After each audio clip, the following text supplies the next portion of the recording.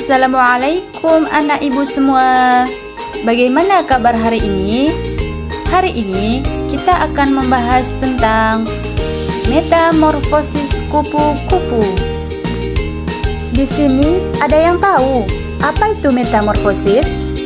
Metamorfosis adalah suatu proses perkembangan biologi pada hewan yang melibatkan perubahan penampilan fisik atau bentuk setelah kelahiran atau penetasan. Contohnya ialah hewan kupu-kupu. Metamorfosis itu terbagi menjadi dua. Yang pertama, metamorfosis sempurna. Yang kedua, metamorfosis tidak sempurna. Kupu-kupu termasuk bagian metamorfosis sempurna. Proses metamorfosis kupu-kupu dimulai dari telur, larva atau ulat, kemudian pupa atau kepompong, dan yang keempat itu kupu-kupu. Nah, ayo anak-anak, kita perhatikan dan amati gambar berikut ini. Yang pertama itu telur. Kupu-kupu akan meletakkan telurnya satu persatu dan tersusun pada tanaman inang. Induk kupu-kupu akan meletakkan telurnya pada bagian tangkai atau daun. Nah, telur pada kupu-kupu memiliki bentuk dan warna yang cukup bervariasi dengan ukuran 1-2 mm. Bentuk telur kupu-kupu ada yang berbentuk bulat, oval, dan spiral. Kemudian, telur menetas menjadi larva atau ulat. Larva akan melakukan pergantian kulit. Setiap melakukan pergantian kulit akan melakukannya hingga berkali-kali. Larva atau ulat memiliki warna yang berbeda-beda. Ada warna cerah, ada juga warna gelap atau coklat. Ulat yang memiliki warna yang berbeda-beda menyesuaikan dirinya dari pemangsa. Pada larva yang berwarna cerah biasanya mempunyai racun. Nah, anak-anak, ketika kita menyentuh ulat, maka tangan kita gatal-gatal karena ulat mempunyai racun yang mengakibatkan tangan kita itu menjadi gatal-gatal. Di fase inilah ulat akan memakan inang pada tumbuhan, di mana telur meletakkan induk. Setidaknya larva membutuhkan waktu sekitar 1 hingga 1,5 bulan.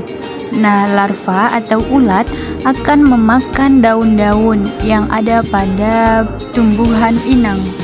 Setelah larva atau ulat memakan daun inang, maka dia akan kenyang, akan bergantian menjadi pupa atau kepompong. Di fase inilah pupa atau kepompong akan dibungkus oleh dedaunan sehingga tidak akan bergerak. Pada tahap ini, setiap ulat memiliki kelenjar sutra yang membantunya menempel pada batang, cabang, atau daun. Biasanya, pupa atau kepompong mempunyai warna hijau, coklat untuk menghindari dari pemangsanya. Pupa akan menyerupai tanaman yang dihinggapinya untuk mempertahankan dirinya selama di dalam lapisan. Namun, pada fase ini banyak pupa yang tidak berhasil menjadi kupu-kupu dan mengalami kematian karena mudah terinfeksi hewan parasit. Parasit tersebut menusuk tubuh pada pupa dan bertelur dalam tubuh pupa. Pada fase ini, pada kupu-kupu akan memakan waktu 1 hingga 2 minggu lamanya. Setelah melewati fase pupa, barulah kupu-kupu dewasa akan keluar dari bungkusan krisan. Biasanya kupu-kupu akan keluar di saat matahari terbit atau pada siang hari. Saat keluarnya kupu-kupu dewasa dari kepompong, dimulai dengan menghubungkan spirakel yang ada pada kupu-kupu ke tabung pendek yang nantinya berfungsi sebagai ventilisasi pada krisalis.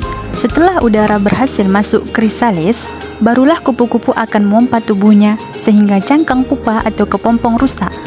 Kemudian, kupu-kupu akan mengeluarkan kepalanya, lalu bagian tubuh lainnya. Saat berhasil keluar, kupu-kupu akan berdiam diri beberapa menit agar kupu-kupu bisa memompa darah ke pembuluh darah yang ada di sayap, sehingga sayap dapat berbentang. Barulah setelah sayap kering dan mengeras, kemudian kupu-kupu akan terbang tinggi.